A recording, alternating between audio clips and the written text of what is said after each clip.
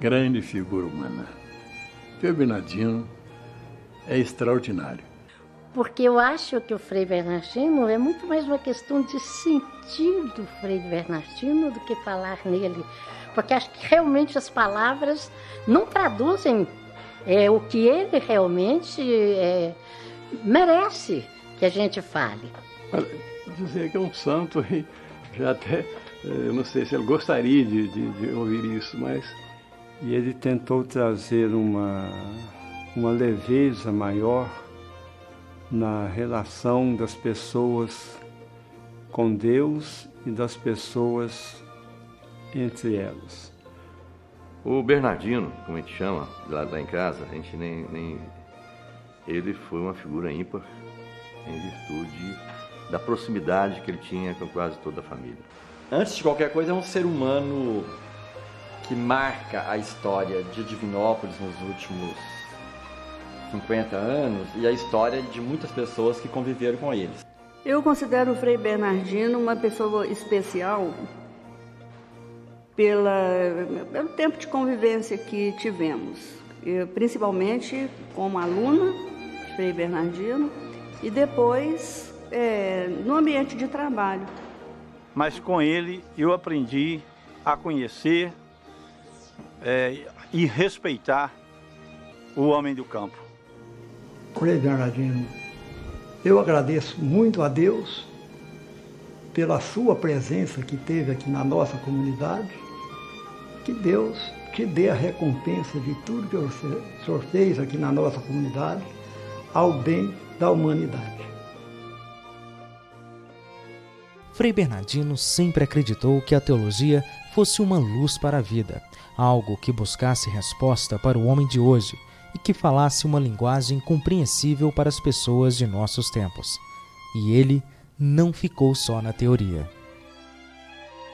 Foi para a prática, foi para a roça. E dessa forma, ele procurava observar, ouvir e entender essas pessoas. Assim, ele descobriu que as pessoas não são literalmente iguais.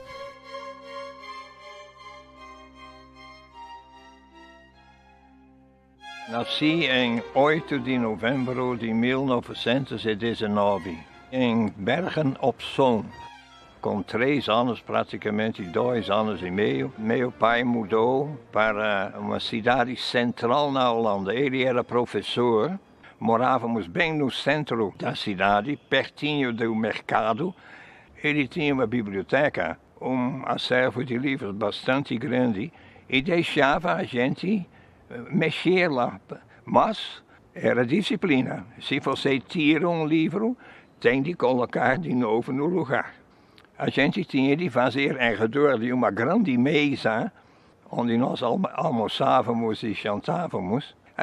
Qualquer um de nós perguntava, pai, como é isso, como é aquilo? E ele ajudava, a gente orientava em tudo. Feito o dever de casa, a gente tinha a liberdade de correr pela rua e brincar lá, não tinha problema. Mas primeiro, dever de casa da escola. O pai e a mãe eram realmente, para mim, muito exemplares. Era tão interessante até que eu estava na mesa, cada um tinha seu lugar, e então nós rezávamos antes e depois. Então meu pai estava lá e fazia o sinal da cruz assim, mas para mim não era assim, eu fazia o sinal da cruz assim. Imitando tipicamente meu pai. Mas depois a gente manteve sempre uma boa distância e uma boa aproximação. Eu podia perguntar, e os meus irmãos a mesma coisa, podiam perguntar ao meu pai o que quiser. Então perguntava uma vez durante a mesa, que todo mundo estava lá, o que era tal e tal palavra, vocês usem aqui modés. Mas na Holanda é um palavrão, quase diria. Então o que aconteceu foi que minha mãe começou a rir, minha irmã mais velha começou a ficar vermelhinha, e o resto não sabia de nada. Então meu pai, com toda a calma, disse, escute, estamos almoçando ou jantando agora, depois eu falo com você. E falou calmamente de que se tratava, como era. A gente tinha liberdade de falar, liberdade de perguntar, e ele dava resposta, mas muitas vezes não era no grupo. E nós tínhamos sempre conosco um tipo de lata para juntar plantas que nós não conhecíamos. E meu pai, então, em casa, mostrava no livro de análise de plantas qual era a planta e como era o nome. Assim, ele criou na gente toda uma atenção a toda a natureza de árvores, de flores, de pássaros, tudo o que era interessante. Ele chamava a atenção, perguntava a gente como se chama e a gente ia aprendendo. Naquele tempo era realmente um tempo muito bom, porque dentro e fora da escola a gente ia aprendendo.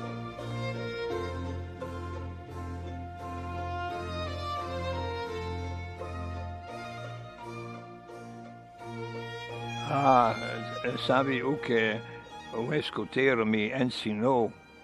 Todo o ritmo com trabalho com a patrulha, trabalhar em conjunto, de não fazer sozinho as coisas, não. A disciplina e o alerta para com os outros e ajudar os outros e se deixar ajudar pelos outros, e toda uma criação de amizade, de boas relações, de entendimento de companheiros, e juntando, fazendo um plano em comum. O primeiro franciscano eu vi quando já estava num colégio franciscano, porque isso era um conflito entre meu pai e o pároco. O pároco queria-me estudar no seminário do clero diocesano, que era a nossa cidade, e tudo de graça. Mas meu pai disse, não, ele não quer ser clero diocesano, ele quer ser... Aqui vem o nome que eu conhecia, não conhecia o nome franciscano, um padre marrom, o hábito, e sem barba, porque barba era o sinal dos capuchinhos. Então, num certo dia, aprendi a palavra franciscano. E meu pai falou, ele quer ser franciscano, então vai para um colégio franciscano e não vai para o colégio do clero secular, o clero diocesano. E assim aconteceu. É claro que no colégio franciscano me confirmaram na vocação, eu quero ser franciscano. E era de fato uma escola muito boa. No início nem vontade, é um ideal, a gente fica sonhando.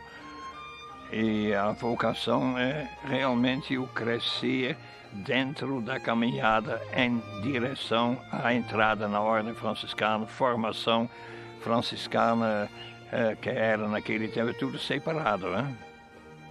E em 1938, então, fiz o noviciado e lá se foi confirmando, porque fiquei sabendo mais pelos estudos, pelas conferências do mestre e dos noviços, que a gente ficava mais enchendo, quase diria, esta vocação. O que no início era muito vago, eu quero ser franciscano, vamos dizer, mas aos poucos vai se confirmando uma determinada imagem pela própria formação filosófica e teológica de franciscanos e vivendo já a vida de franciscanos no convento, que era grande naquele tempo.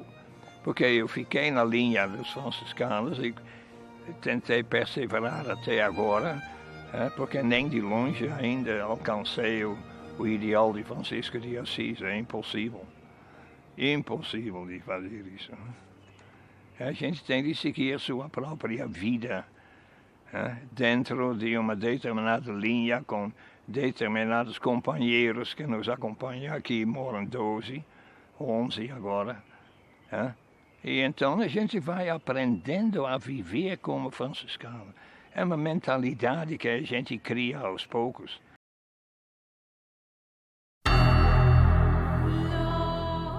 Com a guerra, Frei Bernardino se tornou, apesar de tudo, mais humano. Fundamentalmente humano. Não porque teve um diploma de doutorado, mas sim porque teve uma certa revitalização da própria vida.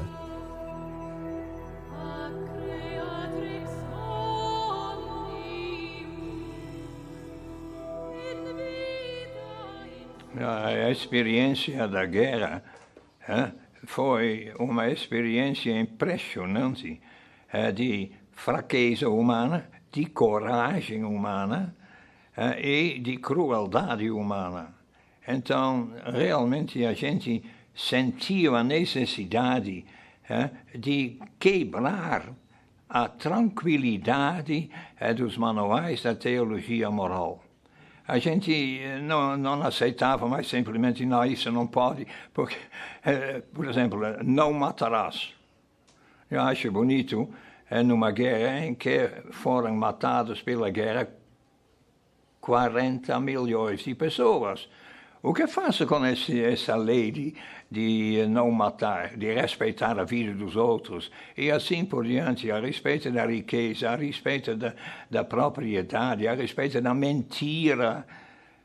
Todo mundo tem de mentir, não pode declarar suas posições, tem de inventar, por exemplo, anunciar ao povo alemão que as tropas foram puxadas para trás da Alemanha.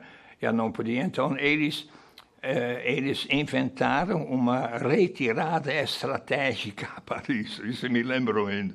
Go Goebbels. Eles tinham um ministério para mentir, de comunicações.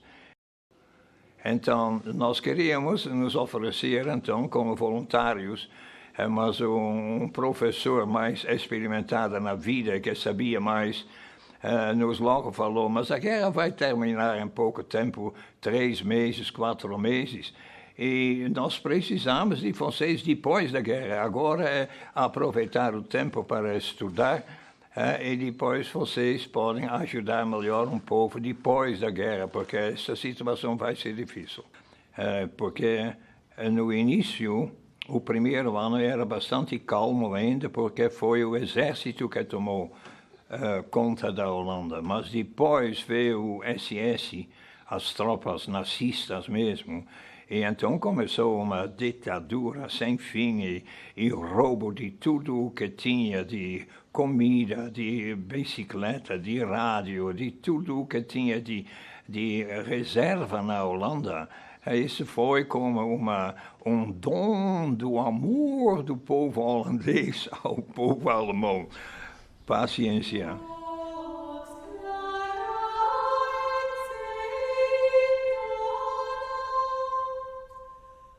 Eu estava esperando, por causa dos meus diplomas, que ia estudar línguas clássicas, latim e grego, para ser professor num ginásio. Então me disse, depois de ter ouvido essa história toda, o que eu queria, então ele disse, não, mas nós tínhamos pensado de mandar você para Roma.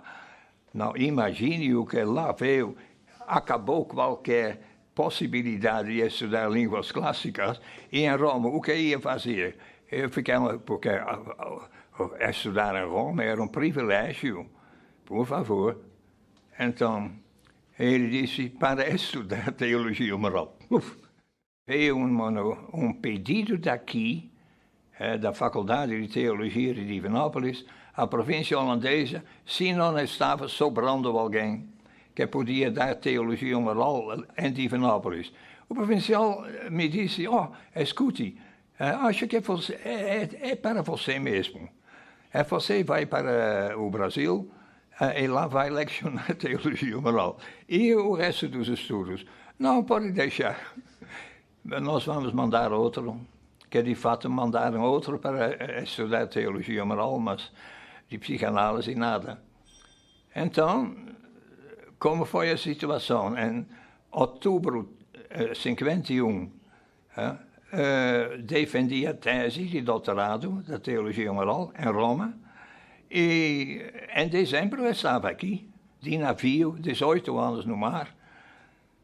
Então, aqui comecei chegando na Bahia, finalmente na Bahia do Rio de Janeiro. Mas era bonito de manhã, com sol pleno por cima dessas montanhas, e a gente não sabia o que era. Era a grande avenida, bonita mesmo, com muito movimento de carro, e mais para cima nas montanhas já tinha o que? Eram, parece, casas ou alguma coisa assim. Eram as nossas favelas.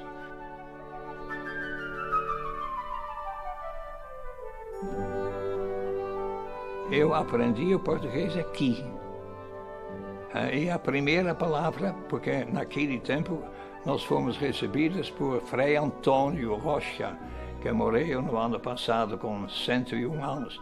Um homem muito sábio e muito inteligente. O senhor inconvenientemente chato. Por favor, saia daqui! Incidente! Vamos próximo! Não! Saia!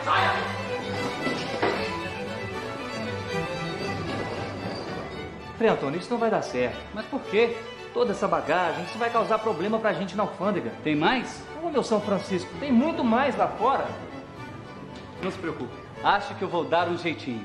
Vai dar o quê? Um jeitinho. Não tô entendendo o que é jeitinho. Você vai ver, Frei Bernardino, você vai ver. Boa tarde. Boa tarde. Eu vi, tá com excesso a sua bagagem. Tem que dar uma olhada. Não sei. Não dá. Claro, dá uma olhada. Vamos dar uma olhada, coloque em cima da mesa, por favor. Vamos olhar, vamos ver o que a gente pode fazer, não é? Tá meio cheia, toma.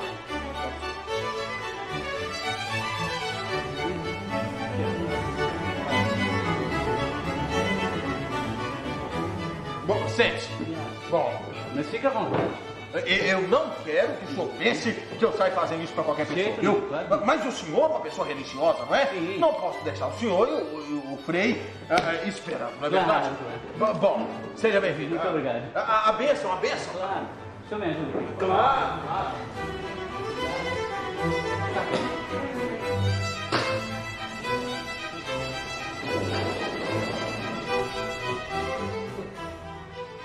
Só malta. Vamos embora, filho. Vamos embora.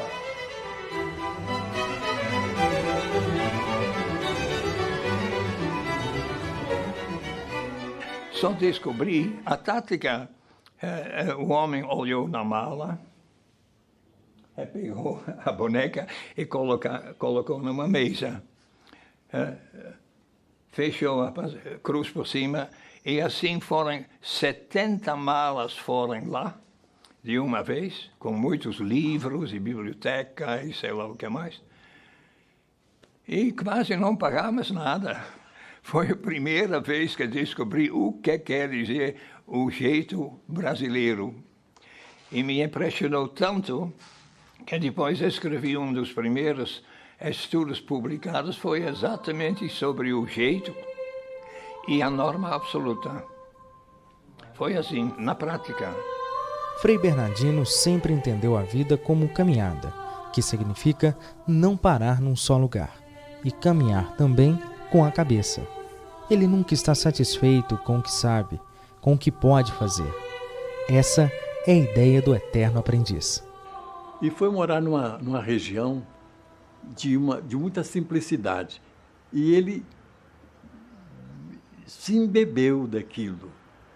Ele passou, então, a sentir o povo, a maneira de ser, de pensar do povo. A gente aprendia muita coisa, porque tinha contato contínuo, mas eram viagens e tanto, né? Mas era bonito demais.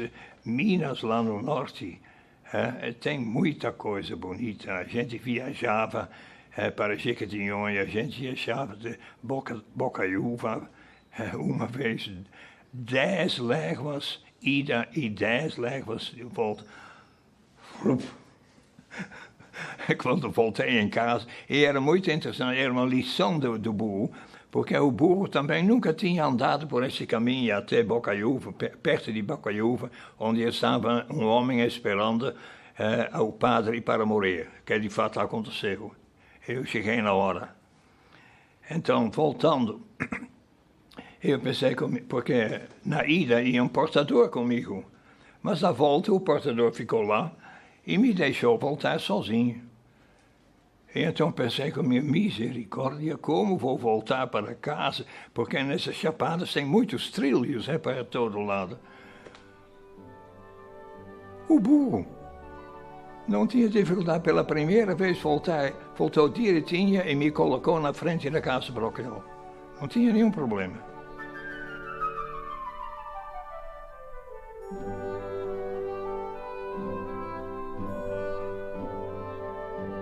Muitas vezes, um estrangeiro que vem aqui para o Brasil, né, isso ocorre muito, ele vem com uma postura assim, de querer ensinar, né, de ser o portador de um conhecimento, né, que supostamente seria superior.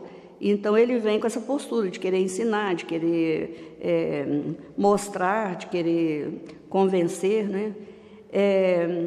E principalmente considerar que aquele conhecimento existente seria, né, um conhecimento menor. E esse tipo de postura a gente não percebe em Frei Bernardino. Ao contrário, ele valoriza esses conhecimentos.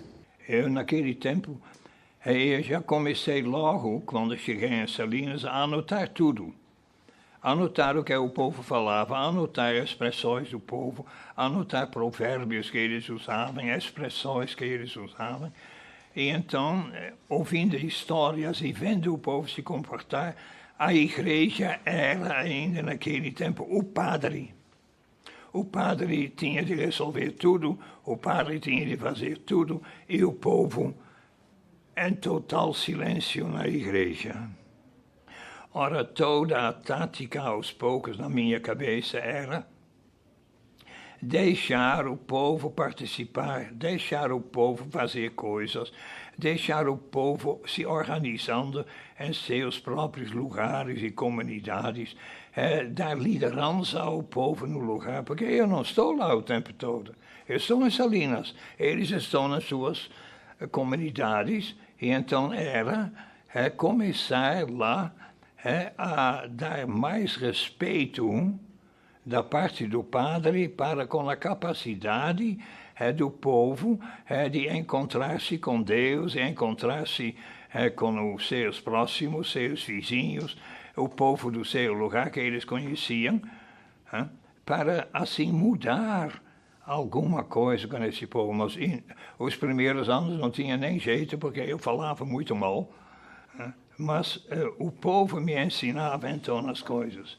Algumas coisas básicas, e o resto do povo tinha de se arrumar. Então comecei a pedir ao povo a qual hora eles queriam a missa. Não, mas é o senhor que manda. Mas eu não mando a missa para vocês. Qual é a hora mais prática para vocês? É receber o padre aqui para celebrar com vocês a missa. Ah, não, então a gente descobre que esse povo rural tem outro ritmo de vida do que na cidade. Porque esse é o modo de ser, fazer que a pessoa faça, fazê-los fazer. Né? E assim, nesse contato, o povo foi pouco em Salinas, porque fiquei pouco tempo, mas aqui em Divinópolis deu realmente bom resultado. De nomear,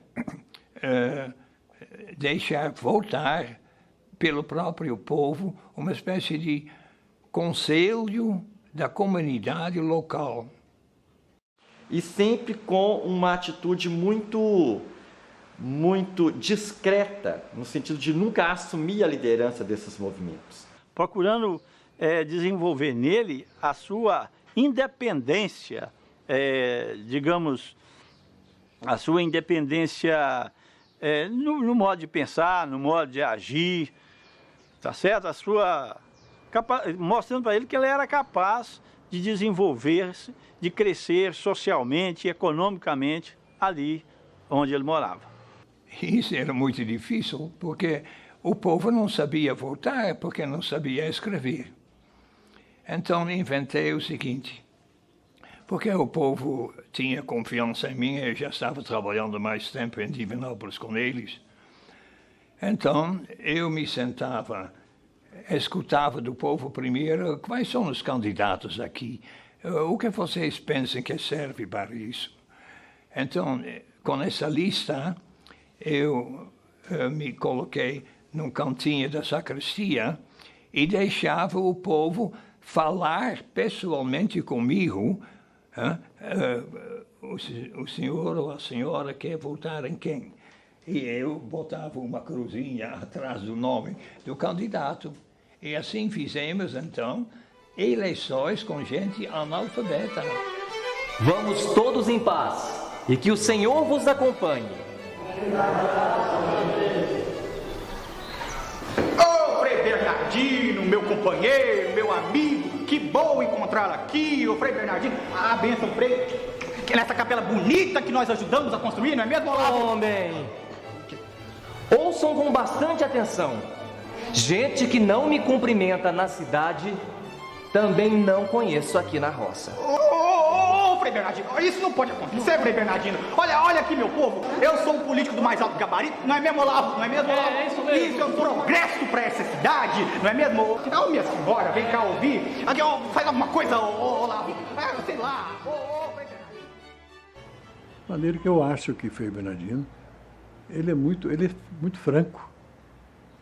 Se ele tem que condenar alguma atitude, ele o faz sem olhar a quem quer que seja.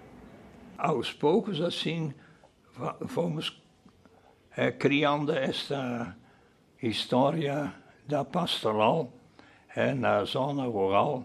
Mais ainda, fui descobrindo que, afinal de contas, o que estou fazendo aqui, além desta celebração de missa, de batizados e catecismo, se o povo tem muito mais necessidades da sua própria peregrinação por este mundo. O Frei Bernardino teve a maior preocupação com a zona rural, onde o povo praticamente esquecido pelas autoridades, sofriam de carência de tudo. Nada melhor para juntar o povo, principalmente na zona rural, do que um padre, né? E o Frei Bernardino reunia. Primeiro não reunia numa missa, né? Ele fazia lá as preleções, numa linguagem muito fácil de ser entendida pelo ruralista, né? Ô Frei, nós estamos precisando de uma capela na comunidade. Então vocês querem uma capela? Queremos. Bom, vamos imaginar a capela. Quantos metros mais ou menos? Vocês querem torre, janelas, portas? Seu Tonico? Pai, perfeitamente, precisando de tudo isso, né? Que é da união que nasce a força, né? E do que vocês precisam para construir a capela? Do terreno, Dos tijolos. pedra. E areia. Pois bem, vocês moram aqui e sabem como fazer. Eu não vou construir a capela. A capela é de vocês. Vocês vivem aqui e vocês terão a capela. Mas vocês têm que construir essa capela. A iniciativa tem que ser de vocês. O que precisamos é nos organizar para ir à prefeitura e resolver o caso. Não, tudo isso a gente... Não havia nada assim de trabalho na zona rural. Não existia nenhum trabalho na zona rural. Nem de campanha de verminosos, nem de vacinação, nada disso não existia, nada. Nenhuma orientação alimentar, nada disso existia. Então nós fazíamos, o doutor Arthur Albino fazia o tratamento de saúde, ele olhava as crianças e os pais das crianças e dava medicação. Geralmente a medicação era mais umbrigueiro e antianêmico. E foi nesse sentido que eles fundaram e ele ficou na presidência do CODAR. É porque este povo tinha, por exemplo, tanto verme que o Dr. Arthur juntou 1 litro de vermes brancos da barriga de um rapazinho de 10 anos, que ele salvou, aliás, e que eu sempre usava para mostrar ao povo o que eles tinham na barriga. Era 95% do povo tinha verminose. Então esse trabalho foi, digamos, iniciado, eu posso dizer assim, organizado através do CODAR, que foi idealizado pelo Frei Bernardino junto com outras pessoas que ele chamou para estar ao lado dele desenvolvendo esse trabalho. Todo domingo de manhã, 10 horas, tinha um jipe da prefeitura, pegava os 3 e ia, e só voltava 2, 3 horas da tarde, todo domingo.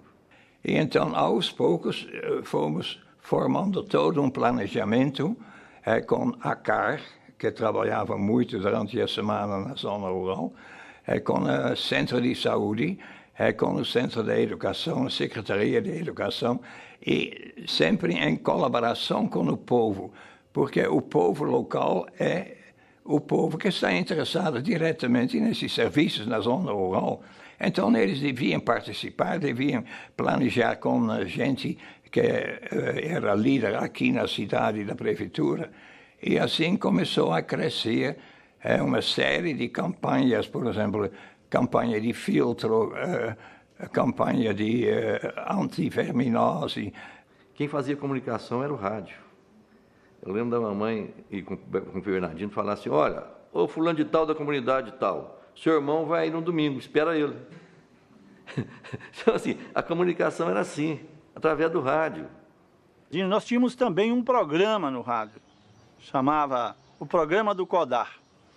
Nesse programa, iniciava-se com uma crônica do Frei Bernardino. Ele abordava um determinado tema. Um exemplo, ele falava assim, Frei, com Deus adiante a gente não precisa ter medo de nada. Aí ele pegava essa palavra, esse dito, e fazia uma crônica, né? E desenvolvia esse tema na comunidade. Aí sobre todos os aspectos. O povo precisava tomar verminose, precisava de mais higiene, precisava de acabar com essa tática de usar as bananeiras para fazer suas necessidades, essas coisas. Água não poluída naquele tempo.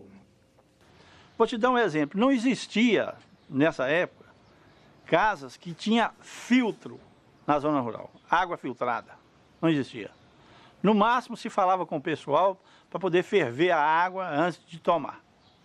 Aí o Frei Bernardino desenvolveu, o CODAR desenvolveu um trabalho de colocar filtro nas casas, adquirir filtros, e não tinha nada de graça para o pessoal. Cada um pagava da forma que pudesse pagar.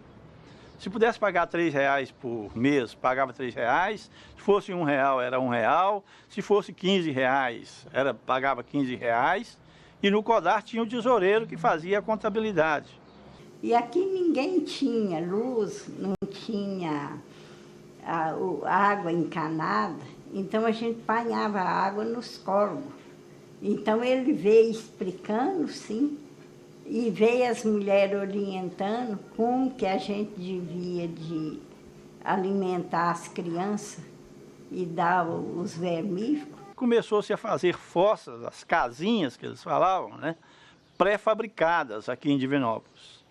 E iam pessoas com folhetos, distribuíam folhetos nas casas, fazia reunião e explicava para eles a importância de se ter uma fossa nas casas, para evitar a contaminação de verme de uma pessoa para outra e tudo isso.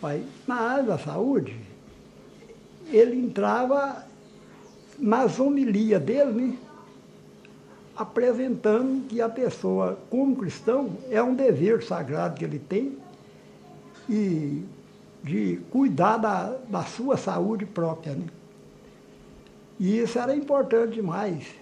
A homilia dele era sempre voltada nesse tema, da promoção social, promover todo homem e o homem todo, né? E depois também a importância de uma horta domiciliar, a importância de uma horta escolar, porque o Frei Bernardino ficava assim, admirado, espantado, sei lá como expressar, que as pessoas plantavam, preocupava tanto com o trato do gado, plantava cana, plantava capim, fazia isso, fazia aquilo outro, tinha veterinário da cooperativa que ia para olhar o gado, mas não tinha assistência ao homem do campo. Então havia por parte dele essa preocupação com assistência ao homem do campo, nesse aspecto, a promoção do homem do campo. E mais ainda, a possibilidade do ensino. O povo da roça não tinha possibilidade de subir, vamos dizer, no ensino, porque não tinha oportunidade naquele tempo. Mas então mandavam os filhos estudar aqui. Mas os filhos, uma vez que começaram na cidade, não voltaram mais a morar na roça. Questão do pré-escolar, o Frei Bernardino, a visão dele era ampla, digamos, de 360 graus da zona rural. Ele dizia o seguinte, que na zona rural a vida começa muito mais cedo do que na cidade. Ele não entendia porque o ensino na zona rural era o mesmo. E começamos, então, por um contrato falado, a construção de escolas por meio de o que o povo podia fornecer, de mão de obra, café, almoço, pedras, tijolos, madeira, para construir uma escola melhor do que eles tinham.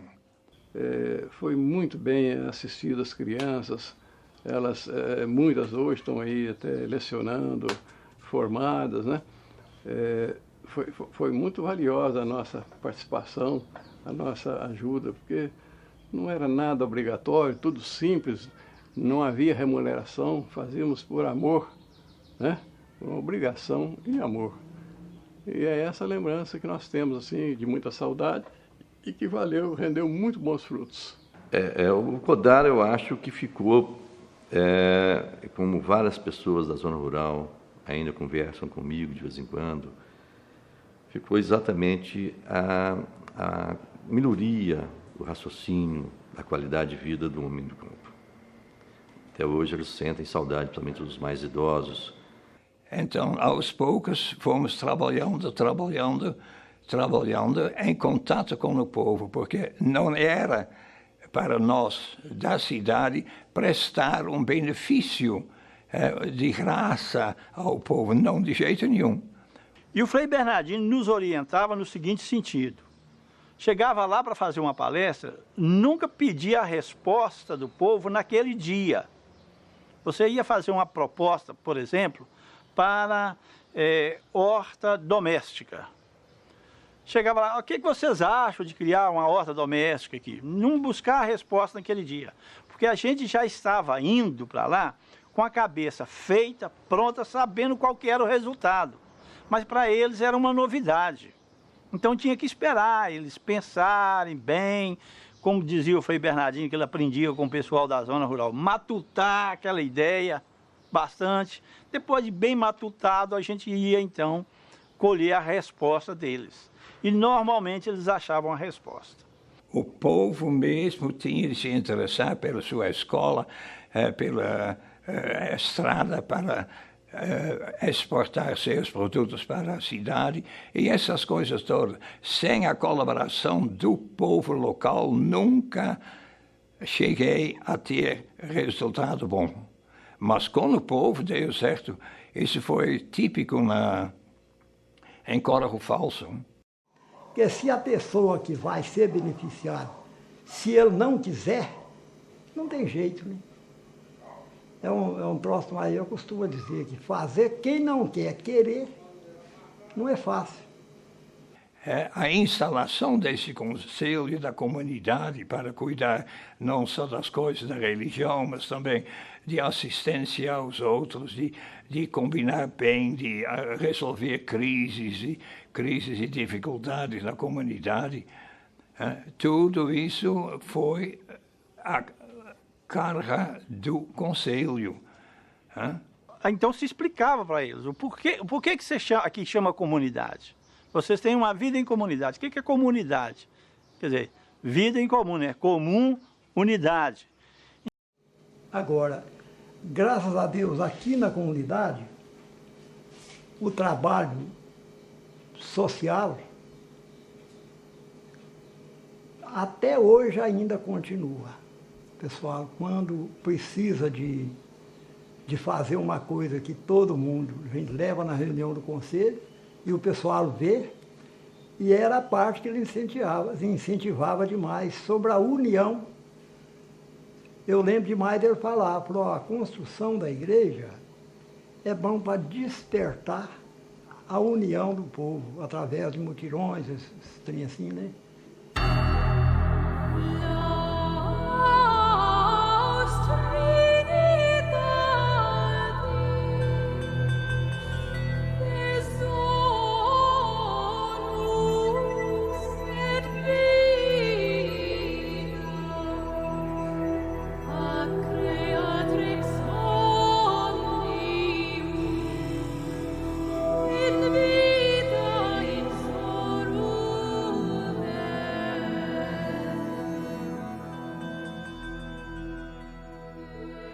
Eu estava naquele tempo com uma turma de líderes de sindicatos de trabalhadores. Então, eu todos os domingos tinha uma reunião aqui na cidade, centro da cidade, na esquina São Paulo e 1º de Junho, onde então dava conferências e aulas praticamente a esses líderes de sindicatos que não tinham formação nenhuma, senão uma própria iniciativa para incentivar o sindicato e tirar vantagens. A benção, Frei. Deus te abençoe. Ô, minha filha, você por aqui não devia estar trabalhando? Tem fiscal na cidade. O patrão pediu para nós sair. Nós não tem registro, não tem carteira. Enquanto o homem estiver lá na fábrica, nós tem que ficar aqui na rua. Ah, quer dizer que enquanto o fiscal ficar na cidade, ninguém faz nada. Aí todo mundo fica parado? É sim. Tá errado, minha filha. É aí que vocês têm que ir lá e conversar com o homem. Tem que contar pra ele tudo o que tá acontecendo. Presta atenção. Tem que reivindicar os direitos de vocês. Posso não. Ah, mas não pode por quê? Meu patrão me ajudou muito. É um homem muito bom. Quando minha mãezinha estava doente, me ajudou. Tem meus meninos. Se eu denuncio, eu fico sem trabalho. Oh, meu Deus do céu. O Frei Bernardino era a parte de, principalmente com os homens, de mostrar a importância, de mostrar o direito das pessoas perante, principalmente, a governo, né? Ele mostrava isso com muita tranquilidade, que as pessoas tinham os direitos, direito de educação, direito de saúde.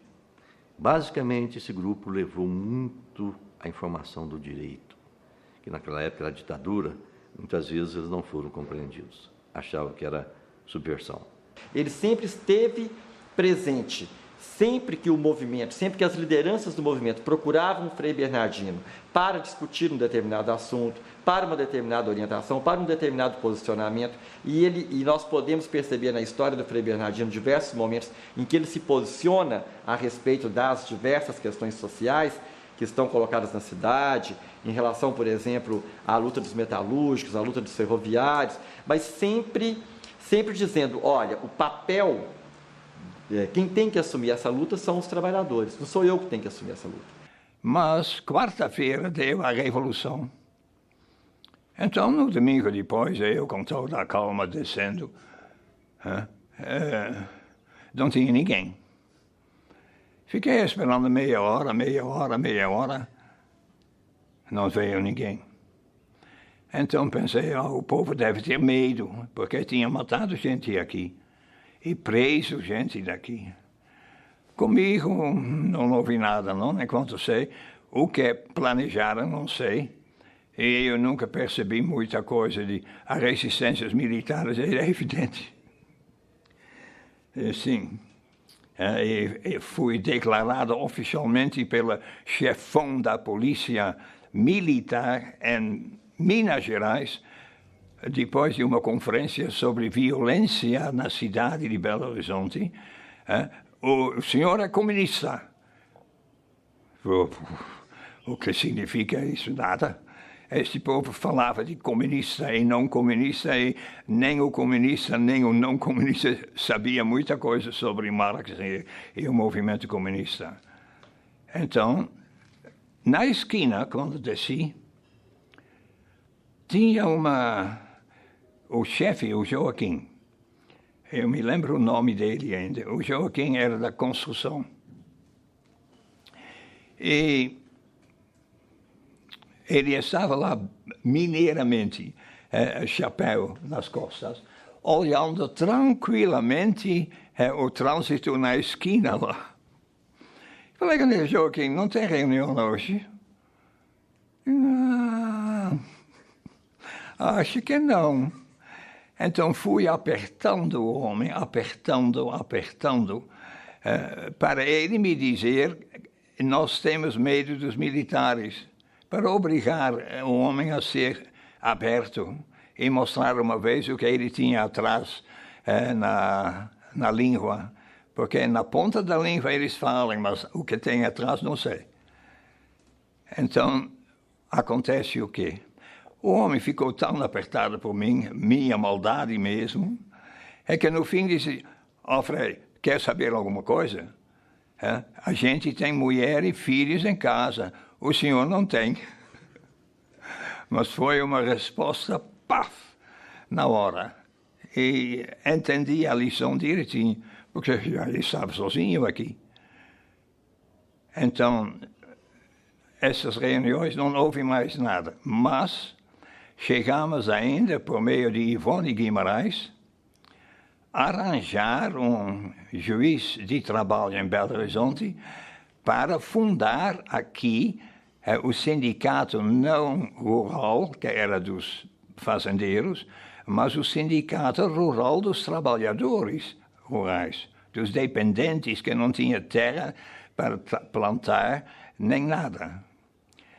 Então, o povo aqui tinha tanto medo desses militares que ninguém queria conceder uma sala ou um espaço para fazer essa fundação do Sindicato dos Trabalhadores durante a Revolução. Então, o único jeito era o santuário. Mas o vigário não tinha muita vontade de aceitar esse risco. Então, ele bancou o ignorante. Ele oficialmente não soube que nós fizemos uma reunião no santuário para fundar o Sindicato dos Trabalhadores Rurais. Era uma igreja cheia, num domingo de tarde, E lá fizemos as cerimônias jurídicas desse juiz de trabalho, assinatura de atas e assim por diante, tudo preparado por Dona Ivone Guimarães. Tem algumas passagens no final da década de 60, início da década de 70, que estão registradas nas cartas que o Frei Bernardino escrevia para as professoras com as quais ele trabalhava e também para as lideranças de culto, né, que não só de Divinópolis, mas também da região com as quais ele trabalhava, em que ele faz referência, por exemplo, ao processo eleitoral, em que ele faz referência à necessidade de as professoras lutarem por melhores salários. Ele faz referência à necessidade de pressionar a Câmara Municipal para que o salário das professoras fossem pagos em dia, para que os projetos educacionais que estavam sendo discutidos na época pudessem de fato ser implementados. Então ele dizia da importância dessas pessoas irem até o legislativo, acompanhar esses processos, mas sempre chamando atenção para o fato de que esse não era o papel dele, não era ele quem tinha que fazer isso.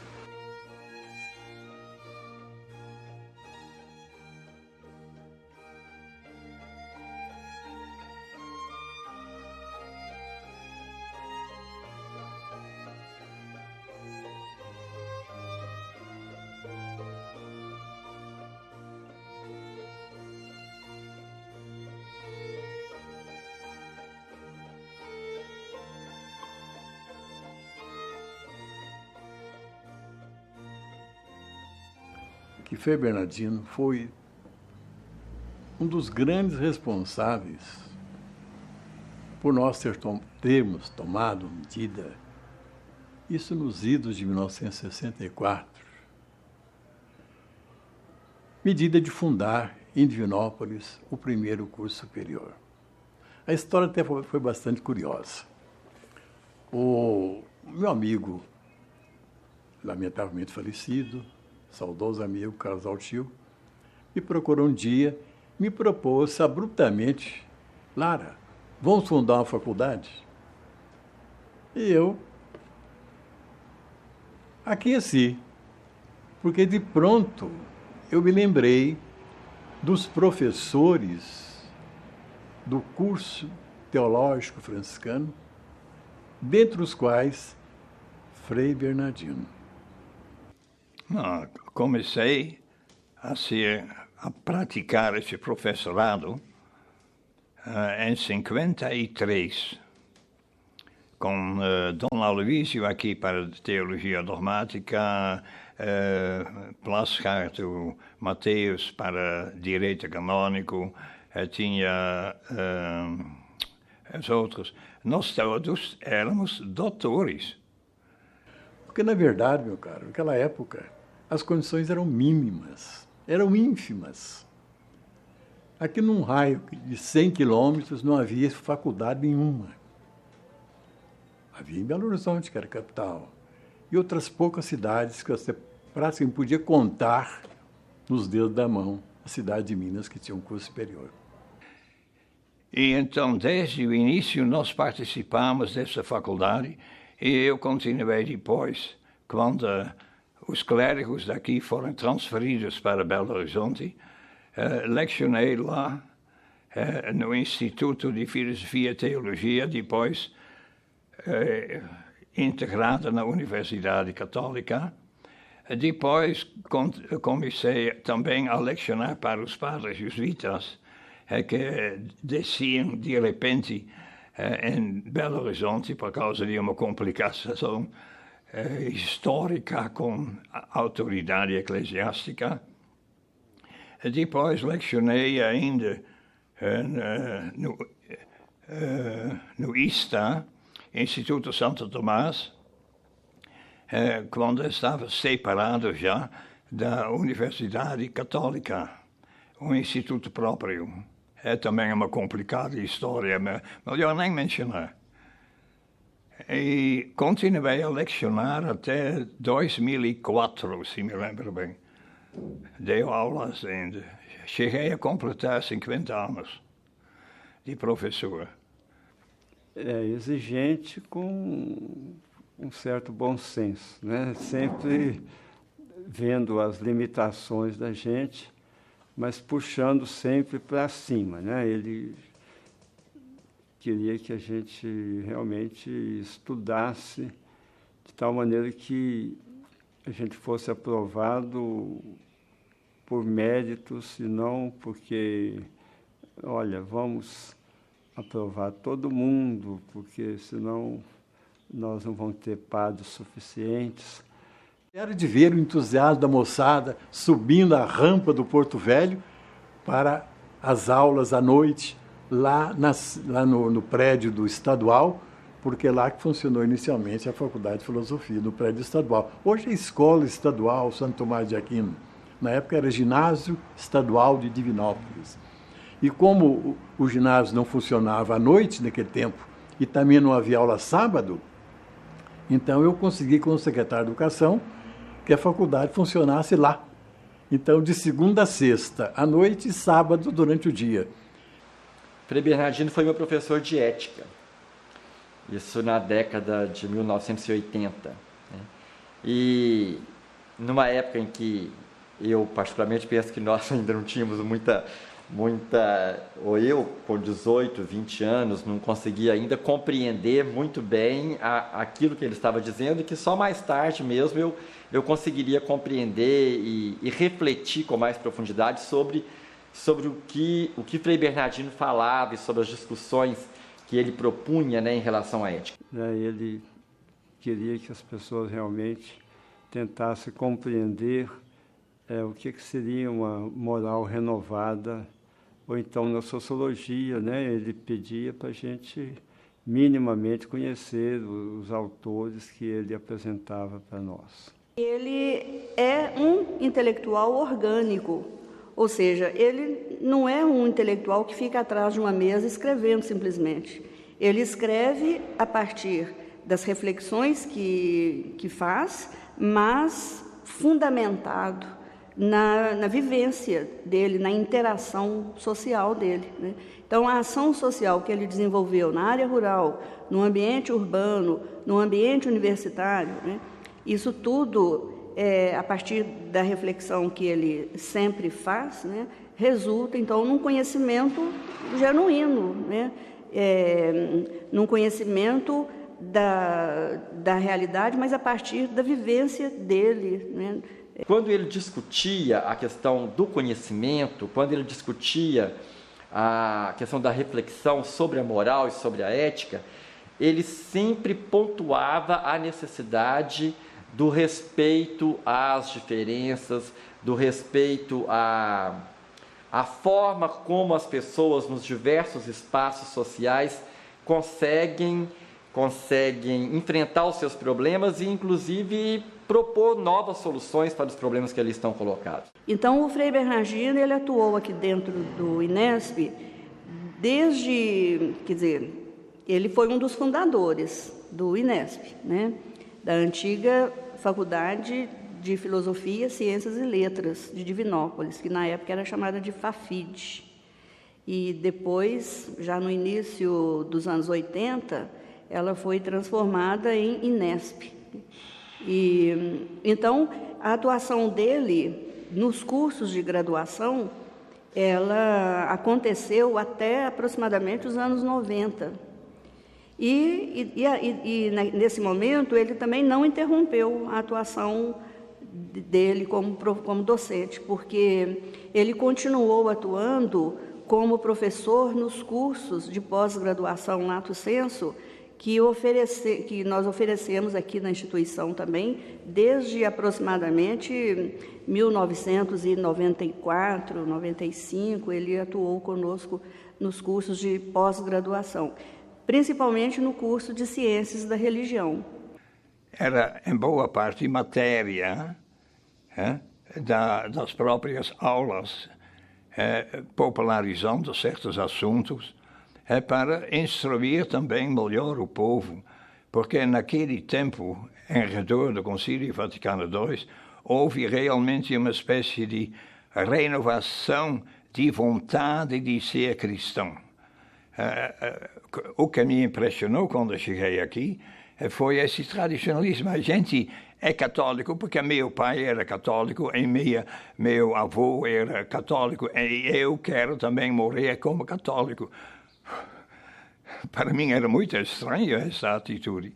Então a gente ia percebendo como entre o povo começou uma espécie, eu não quero chamar isso elitização, mas era iniciativa dos próprios leigos que queriam saber um pouco mais sobre, eu vou à missa, mas o que eu vou fazer lá? Eu vou deixar batizar meus filhos, mas para quê? Então, toda esta problemática eram sinais de uma renovação interna dentro da própria igreja.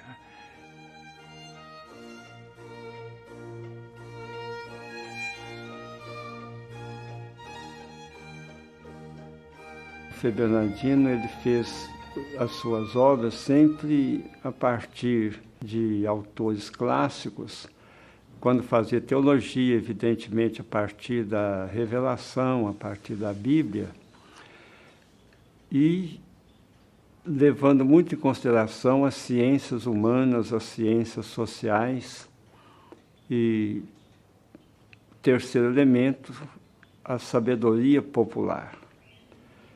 Do trabalho pastoral que fiz, era o livro Cristãos no Meio Rural, que é uma espécie de resumo de toda a doutrina da igreja, mas tentando a linguagem do povo rural, porque era escrito para... Quer dizer, escrito não. Para simplificar a língua, eu pedi à minha secretária, Raimundo Moron, de ela anotar o que eu estava falando, porque falando geralmente não complico muito as minhas frases, quando começo a escrever só alemão. Ele precisava de quem fizesse um trabalho para ele da datilografia. Era na base da máquina de escrever mesmo, datilografia. E então, falando uma coisa que eu fazia, ele falou, você pode, então, também fazer algum texto para mim. E fazia um texto aqui, um texto ali, e depois esse trabalho cresceu. Então, eu ditei, falando alto, andando para lá, para cá, naquele parlatório antigo do convento, e ela anotando, então, e escrevendo depois à máquina o livro todo. Era o que tinha. Inclusive, eu usava o mimeógrafo, esse mimeógrafo de gelatina, onde então as coisas depois iam desaparecer. Eu mesma peguei estas cartas e vendo que estava desaparecendo,